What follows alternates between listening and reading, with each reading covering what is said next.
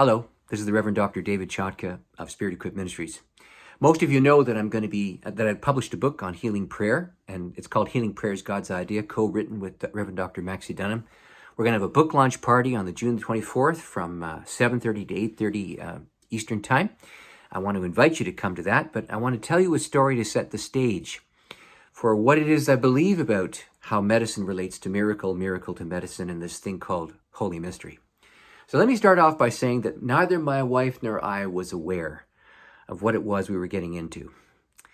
We loved each other, we married, and we started to settle into our first year of marriage, and the ordinary things began to happen. We took a year to settle, then we decided to try for a child. Of course, when the news came that Elizabeth was carrying a babe, everybody got excited. And the usual kind of ordinary things happened. There was a baby shower, then there was another baby shower. There were kindnesses, there were cards, there were letters and phone calls, there were people who gave us gifts and so on and so forth. The things that happen to all kinds of couples happened to us. So I went to work on setting up a room. We set up a crib, then I got myself a car seat. I got a swing for the child. We got gifts of clothing. We bought some of our own. We were getting very excited, and then it happened.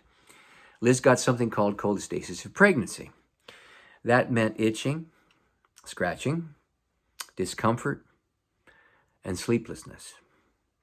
Now, cholestasis usually happens in the third trimester, and this was Elizabeth's first, so something was wrong.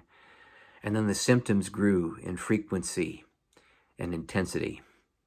And neither of us knew that should she become pregnant, it could be lethal. We just didn't know when we said yes to each other. We had no idea, because her family line didn't really present to this, but she had a genetic liver deficiency. And it meant that rising levels of estrogen in her system during pregnancy would cause that liver, first of all, to shut down and then systematically to start consuming liver cells. It was destroying itself. So my wife's skin and eyes began to exhibit jaundice, followed by abnormal bruising. If I touched her, she would bruise badly, and she needed specialists. So one day, she drove to see one after getting the appointment, and she wound up not being able to come home. She wound up in the perinatal unit of Vancouver Grace Hospital. And there were two world-class specialists, one in perinatology, the other in hematology. These two world-class physicians were assigned to her case because it was so unusual. Now, I'm saying this because I want you to understand that anytime I talk about healing prayer, I believe in medicine, I believe in miracle, and in Holy Mystery, I have become aware that medicine and miracle magnificently intertwine. Now, I've been a pastor for more than 30 years. My wife and I have witnessed the miraculous more than once. Beyond ordinary medicine, we've seen this in our first church, our second church, our third church. And I'm going to give you two examples so you can understand that I really do believe that medicine and miracle intertwine. So here's the first one. My wife and I, together with 12 others, prayed with a young mom with a severe eye injury. She'd had her cornea, iris, and pupil punctured by a tack from a wall. The story's long, but here's what happened. While praying, the woman's eye tissue actually regenerated. Everybody in the room was astonished. So was her doctor as he took off the patch and saw that she was restored to 20/20 vision. It was amazing. Another example.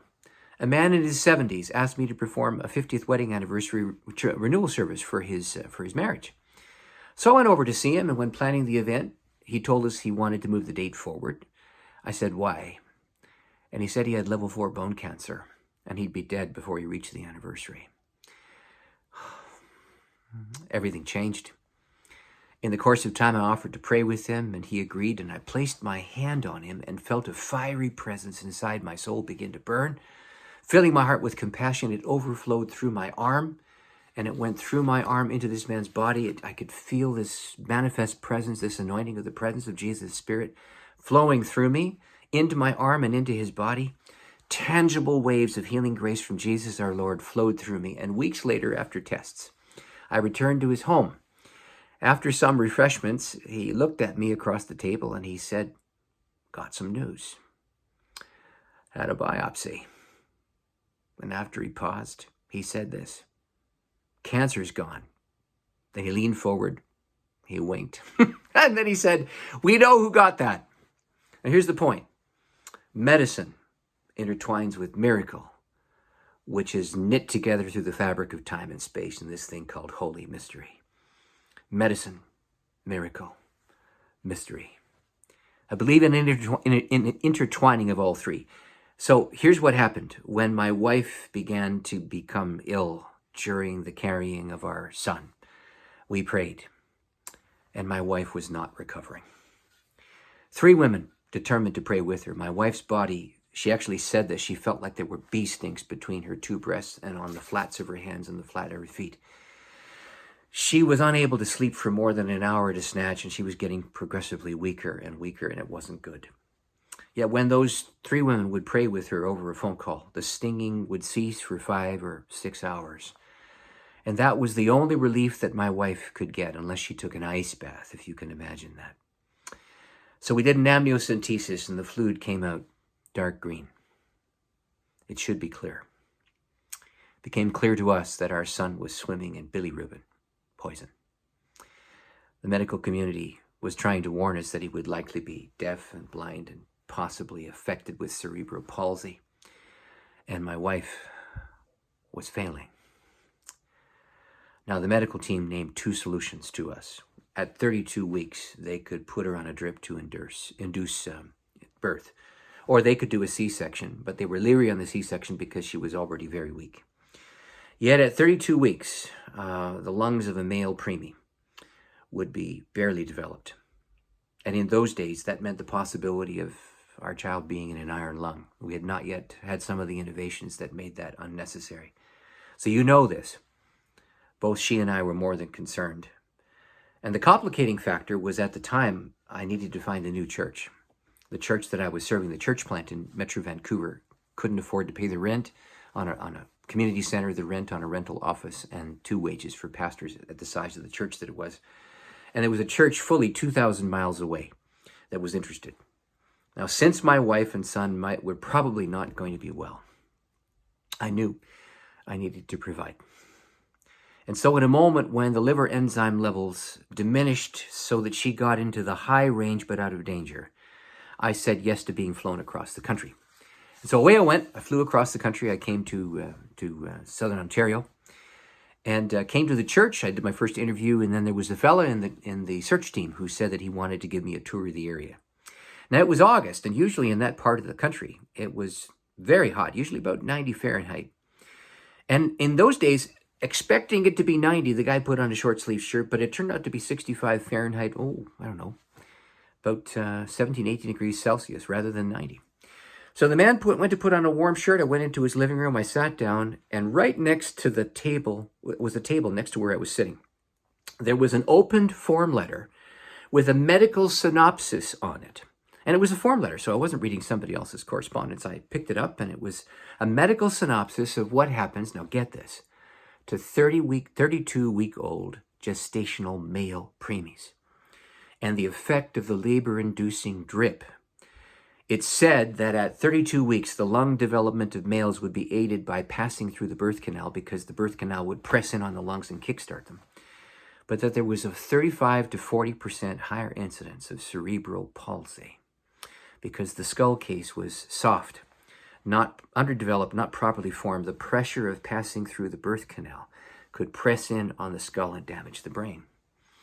Well, I finished the interview. I got back on a plane. I flew across the country. I landed in the Vancouver airport. I got into my car. I drove straight to the hospital. And as I walked into the hospital room where my wife was, there were already 9 attending physicians in the room.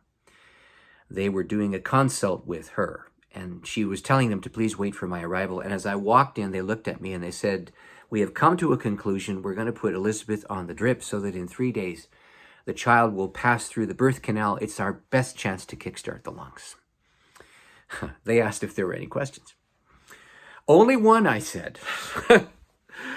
"Is it not true," I said, "that at 32 weeks gestation, male preemies passing through the birth canal have a 35 to 40% higher incidence of cerebral palsy as the pressure of the birth canal on the skull can cause damage to the brain?" Now, I sounded so smart. I sounded like I'd read all the medical textbooks in the world. Shocked silence filled the room. Everybody in the room was stunned. My wife was stunned. She'd never seen me talk like that. The medical team was stunned. They'd never seen me talk like that. And remember, I had just only read 2 paragraphs of the medical synopsis in an open form letter in a city 2,000 miles away just 2 days before. After a moment, the medical team said, "We don't know what to say."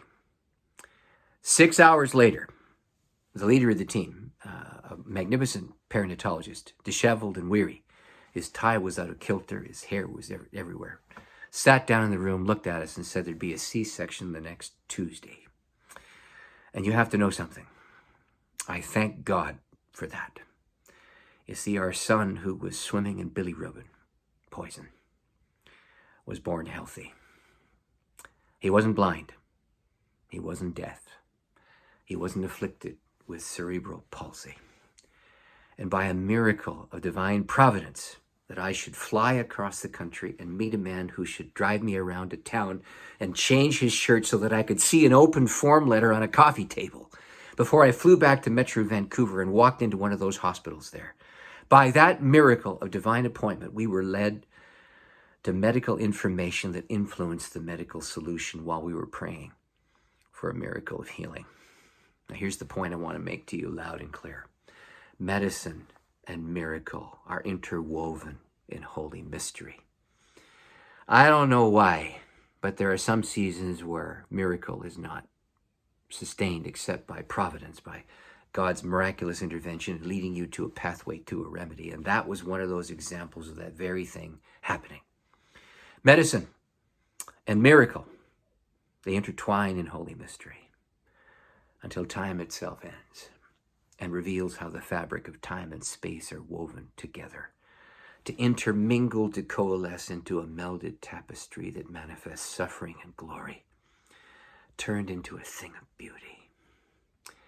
This is the Reverend Dr. David Chotka of Spirit Equipped Ministries. Healing prayer is God's idea, and the way that God manifests healing prayer flows through us to create something where the fabric of time and space is altered. We're going to have a book sale on this thing called Healing Prayer is God's Idea. We're going to let you know as it comes close. It's going to be on June 24 in the evening, 7:30 to 8:30 p.m. It was going to be earlier in the day, but we've changed our mind because the timing works better for people who work.